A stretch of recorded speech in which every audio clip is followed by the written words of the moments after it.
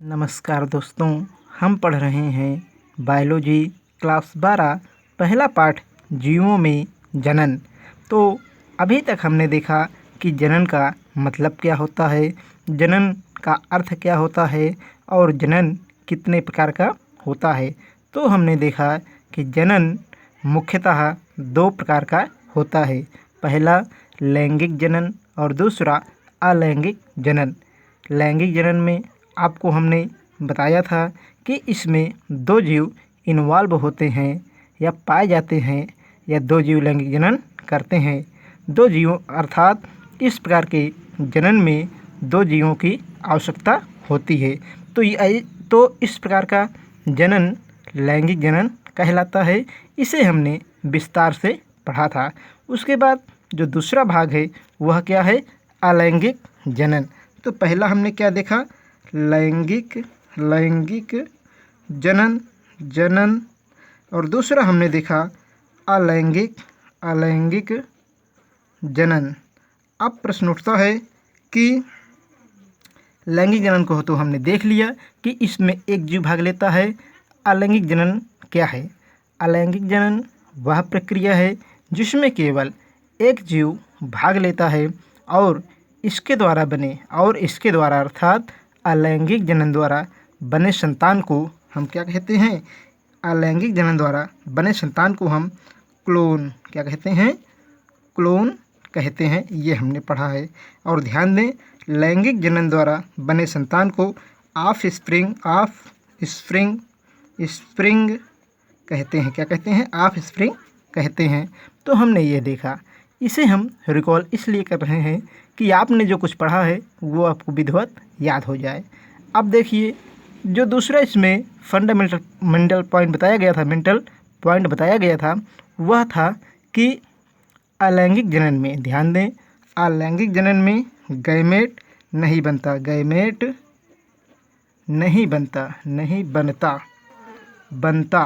जबकि इसमें क्या होता है, गैमेट बनता है।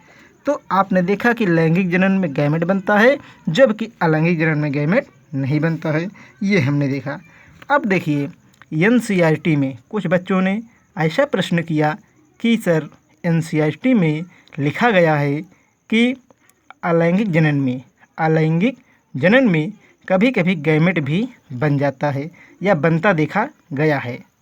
देखिए, एनसीईआरटी में यह लिखा गया है कि अलैंगिक जनन में गैमेट बनता है या नहीं बनता है, इस बात को उनके ऊपर मतलब उस जीव के ऊपर निर्भर है जो प्रजनन कर रहा है।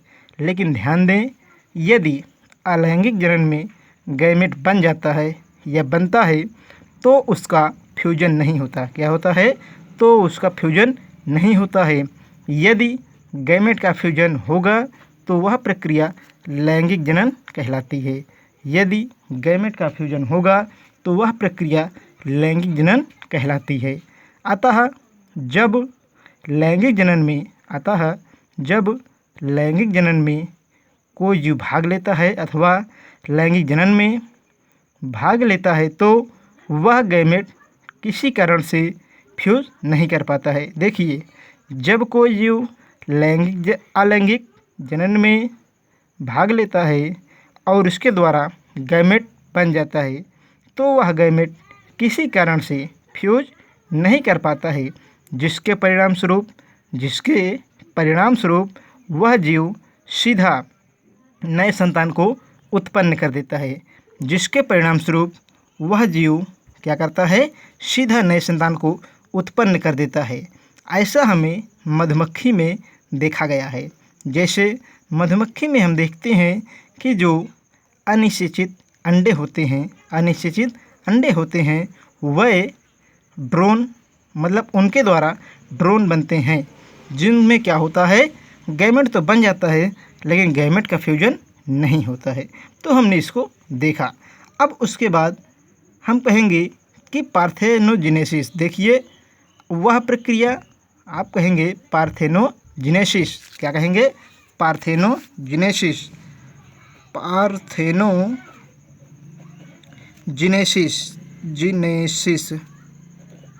आप कहेंगे पार्थेनोजेनेसिस। देखिए, यह ऐसी प्रक्रिया है अथवा वह प्रक्रिया है जिसमें अंडे बिना निषेचन क्रिया की, यह ऐसी प्रक्रिया है जिसमें अंडे बिना निषेचन प्रक्रिया के ही सीधे जीव को या संतान को उत्पन्न कर देते हैं। क्या करते हैं? पार्थेनोजेनेसिस ऐसी प्रक्रिया है जिसमें जीव अंडे बिना निषेचन किए ही या निषेचन प्रक्रिया किए ही संतान को उत्पन्न कर देते हैं या कर सकते हैं। इस प्रक्रिया को हम क्या कहते हैं? पार्थेनोजेनेसिस कहते हैं। इसके अतिरिक्त अब यहाँ पे ध्यान दीजिए, इसे हम क्या कहेंगे? पार्थेनोजेनेसिस कहेंगे। तो हमने ये देखा। उसके बाद आप देखिए कि यहाँ पर अब हम देखेंगे कि लैंगिक जनन और अलैंगिक जनन में अंतर क्या होता है। लैंगिक जनन और अलैंगिक जनन में अंतर क्या होता है। देखिए, हम यहाँ पे कर देंगे अलैंगिक जनन और यहाँ पे लैंगिक जनन। देखिए, जो लैंगिक जनन होता है, पहले हम बात करते हैं अलैंगिक जनन की। किसकी? अलैंगिक जनन की। तो पहला पॉइंट जो होगा अलैंगिक जनन में कि अलैंगिक जनन ऐसा जनन है जिसमें केवल एक प्रकार के पेरेंट पार्टिसिपेट करते हैं या इन्वॉल्व होते हैं।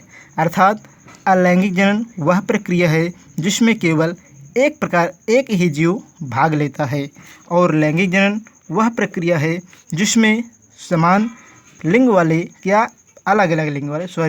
जिसमें अलग अलग लिंग वाले दो जीव पार्टिसिपेट करते हैं या भाग लेते हैं। इसे हम लैंगिक जनन कहते हैं।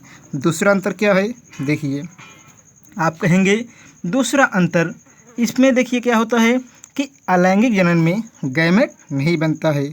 गैमेट नहीं बनेगा, क्रॉस नहीं बनेगा, और इसमें गैमेट बनता है। ये कह सकते हैं इसमें एक जीव भाग लेगा, एक जीव, और इसमें दो जीव भाग लेता है। तो हमने दो जीव भाग लेते हैं, हमने ये देखा। उसके बाद देखिए अब क्या होगा कि आगे हम कहेंगे, अगले प्रोसेस में कहेंगे कि यह प्रक्रिया जो तीसरा बताएंगे अंतर इसमें कि यह प्रक्रिया तीव्र गति से होती है और अधिक संतान उत्पन्न होते हैं। अधिक संतान उत्पन्न होते हैं। यह प्रक्रिया तीव्र गति से होती है और अधिक संतान उत्पन्न होते हैं। जबकि इसमें क्या होता है? यह प्रक्रिया अर्थात लैंगिक जनन मंद गति से होता है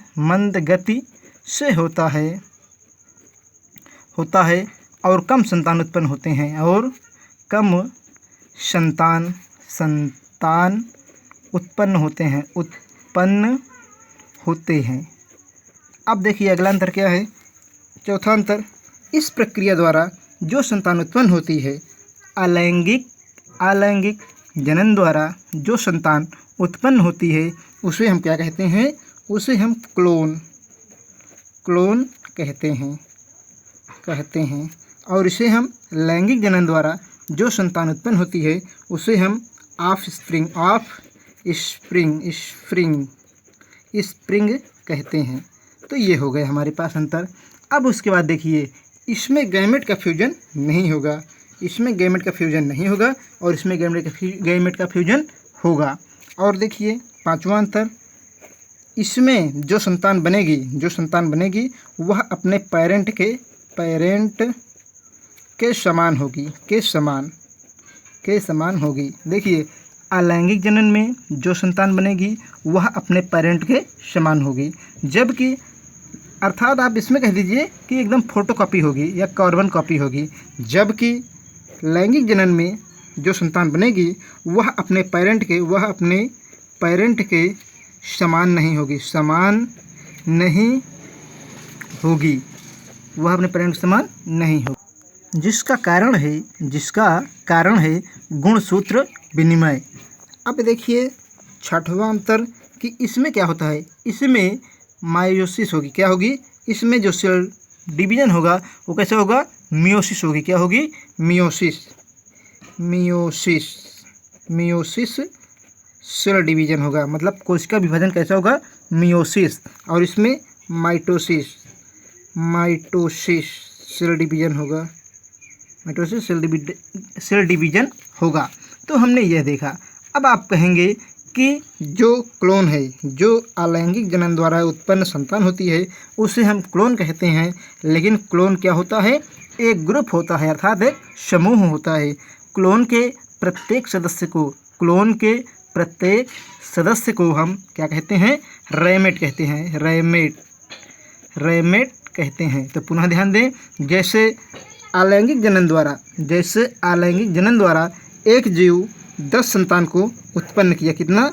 10 संतान को उत्पन्न किया। एक जीव अलैंगिक जनन द्वारा 10 संतान को उत्पन्न किया, तो इसे हम क्या कहते हैं, संतानों को, इसे हम क्लोन कहते हैं। लेकिन प्रत्येक संतान को रैमेट कहते हैं। क्या कहते हैं? रैमेट कहते हैं। पुनः ध्यान दें कि एक जीव ने 10 संतान को उत्पन्न किया अलैंगिक जनन द्वारा, तो इस पूरे जीव को हम कहेंगे कि ये जीव इसका क्लोन है, लेकिन प्रत्येक जीव को हम क्या कहेंगे, रैमेट कहेंगे। क्या कहेंगे? प्रत्येक जीव को हम रैमेट कहेंगे। तो हम ये समझ गए हैं। अब आगे हम पढ़ेंगे सोमैटोजेनिक प्रजनन। क्या पढ़ेंगे? सोमैटोजेनिक प्रजनन।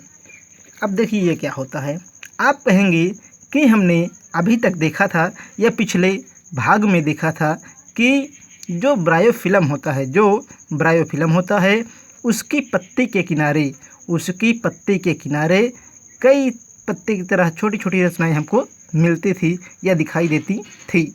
क्या हमने देखा था? अभी तक हमने देखा था कि जो ब्रायोफिलम है, उसमें पत्ती के किनारे कई छोटी छोटी पत्ती की तरह की रचनाएं मिलती थी। उन्हें हम बड कहते थे। क्या कहते थे? बड कहते थे। तथा इसके द्वारा क्या होता था, पूरे ब्रायोफिलम के पौधे का निर्माण हो जाता था। तो आप कहेंगे सोमैटोजेनिक प्रक्रिया या प्रजनन वह प्रक्रिया होती है जिसमें सोमैटोजेनिक सेल द्वारा जैसे पत्ती, तना और जड़ की, मतलब सेल द्वारा पूरे जीव का या पूरे पौधे का निर्माण हो जाता है, उसे हम सोमैटोजेनिक प्रजनन कहते हैं। पुनः ध्यान दें, सोमैटोजेनिक प्रजनन वह प्रजनन है जिसमें सोमैटोजेनिक कोशिका द्वारा जैसे जड़, तना, पत्ती की कोशिका द्वारा पूर्ण पौधे का या पूरे पौधे का निर्माण हो जाता है। उसे हम क्या कहते हैं? सोमैटोजेनिक जनन कहते हैं। इसका उदाहरण है ब्रायोफिलम में हमने देखा था कि पत्ती के किनारे अनेक छोटी छोटी या सूक्ष्म पत्ती की तरह रचनाएं दिखाई पड़ी, जिन्हें क्या कहा? बड कहा। और इस बड के द्वारा पूरे पौधे का निर्माण हो गया। तो हमने क्या देखा? सोमैटोजेनिक जनन। अब हम अगला जनन पढ़ेंगे और यह कायिक जनन के अंतर्गत आता है। इसमें हम पढ़ेंगे पहला कटिंग। अब हम लैंगिक जनन को नहीं पढ़ेंगे अभी हम पढ़ेंगे अलैंगिक जनन के अन्य तरीके। क्या पढ़ेंगे? अलैंगिक जनन के अन्य तरीके, जिसमें पहला है कटिंग। पहला क्या है? कटिंग। तो देखिए कटिंग क्या होता है। कटिंग, आप कहेंगे यह वह प्रक्रिया है जिसमें तने के एक भाग को हम काट देते हैं। यह ऐसी प्रक्रिया अथवा वह प्रक्रिया है जिसमें तने को हम एक भाग से काट देते हैं तथा उस कटे हुए भाग को ज़मीन में गाड़ देते हैं या लगा देते हैं। क्या करते हैं? ज़मीन में दबा देते हैं या लगा देते हैं, जिसके परिणाम स्वरूप नए पौधा का विकास होता है या नया पौधा बन जाता है। इस विधि का प्रयोग हम कहाँ पे करते हैं? लेमन, गुआवा, मतलब इन पौधों में लेमन, गुआवा, गुआवा, गुआवा, साथ ही साथ आम, लीची, आम, लीची आदि के पौधों में हम इसका प्रयोग करते हैं।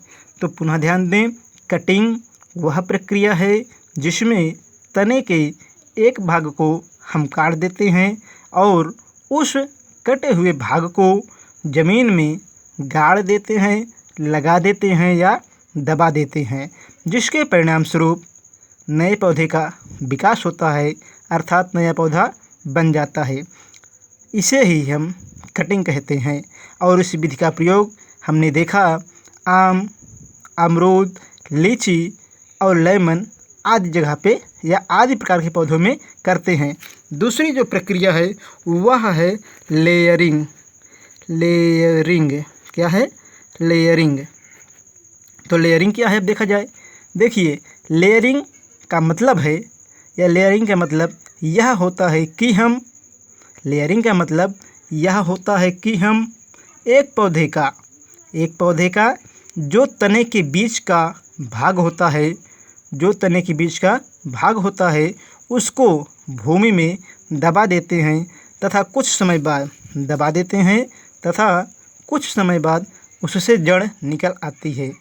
तो उसे या उस हिस्से को हम काट देते हैं और इसे नए जगह पे या नए स्थान पर लगा देते हैं। इससे क्या होता है? नए पौधे का विकास हो जाता है। इस प्रक्रिया को लेयरिंग कहते हैं। इस विधि का प्रयोग जास्मिन, लेमन, रोज के पौधों में किया जाता है। तो पुनः ध्यान दें, जास्मिन,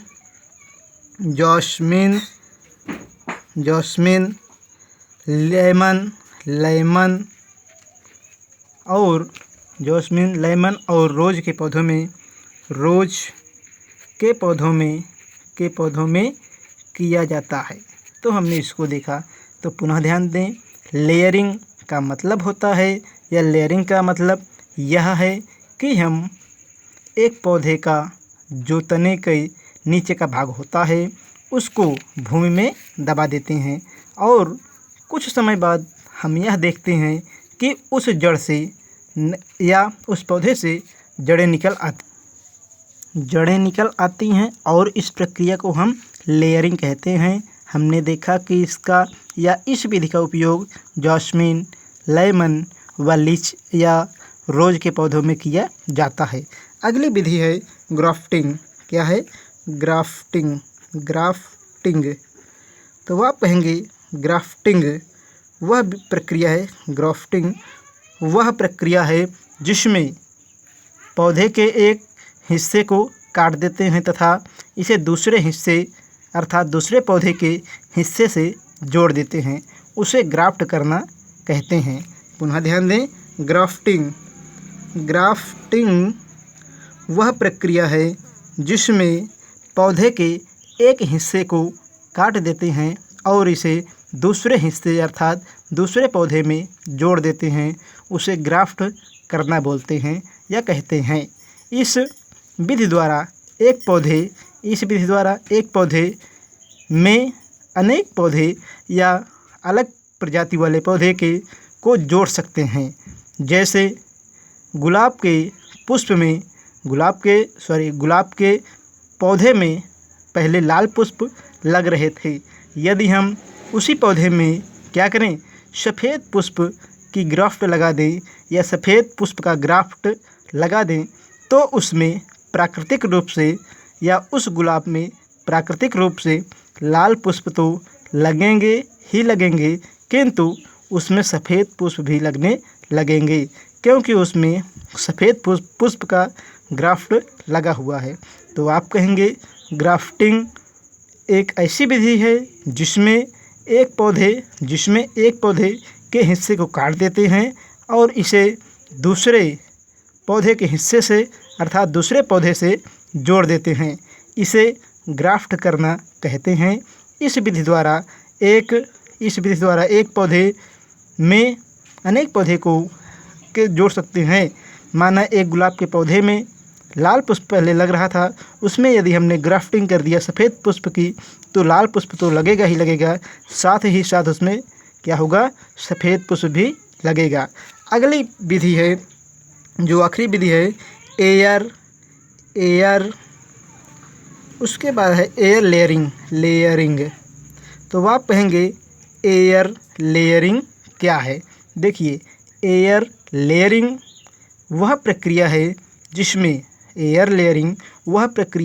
जिसमें हम तने के एक भाग को काट देते हैं या कट लगाते हैं। ध्यान से देखिए, एयर लेयरिंग वह प्रक्रिया है जिसमें हम तने में एक जगह पर या एक स्थान पर कट लगाते हैं। इसे टूथपिक की सहायता से मांस और प्लास्टिक से कवर कर देते हैं। इसे टूथपिक की सहायता से मांस और प्लास्टिक की कवर से कवर कर देते हैं। जहाँ पर कट लगाया जाता है, यदि आप देखें तो कुछ समय बाद वहाँ से या उस तने पर जहाँ से आपने कट लगाया वहाँ पर देखेंगे तो जड़ें निकल आती हैं या जड़ें निकलती हैं। अब हम उस हिस्से को क्या करते हैं, काट लेते हैं या उस पौधे से अलग कर लेते हैं। उस हिस्से को हम उस पौधे से अलग कर लेते हैं और क्या होता है, इसके परिणाम स्वरूप हमें नया पौधा प्राप्त होता है और इसे हम ज़मीन में लगा देते हैं। इस प्रक्रिया को हम एयर लेइंग कहते हैं या लेयरिंग कहते हैं। तो हमने देखा, एयर लेयरिंग वह प्रक्रिया है जिसमें हम पौधे के तने पर एक स्थान पर कट लगाते हैं और इसे टूथपिक की सहायता से मांस और प्लास्टिक से कवर कर देते हैं। जहाँ पर कट लगाया जाता है वहाँ पर आप देखेंगे कुछ समय बाद तने पर, जिस तने पर आपने कट लगाया था, कुछ समय बाद आप देखेंगे तो वहाँ पर जड़ें निकलती हैं और उस हिस्से को हम उस पौधे से अलग कर लेते हैं, जिससे नए पौधे का विकास हो जाता है। तो आज हमने पढ़ा अलैंगिक जनन के अनेक तरीके, लैंगिक जनन, अलैंगिक जनन में अंतर, पार्थेनोजेनेसिस आदि का हमने अध्ययन किया। अगले भाग में हम पढ़ेंगे अलैंगिक जनन को विस्तार से, साथ ही साथ हम देखेंगे कि जीवों में अलैंगिक जनन क्या है और कैसे होता है, और देखेंगे कि अलैंगिक जनन में कितनी अवस्थाएं आती हैं। उसके बाद हम देखेंगे स्पर्मेटोजेनेसिस, ओवम, और जो होता है क्या आपका लैंगिक जनन में प्रक्रियाएं, उसको भी हम देखेंगे। निषेचन के बाद होने वाली घटनाओं का भी हम अध्ययन करेंगे।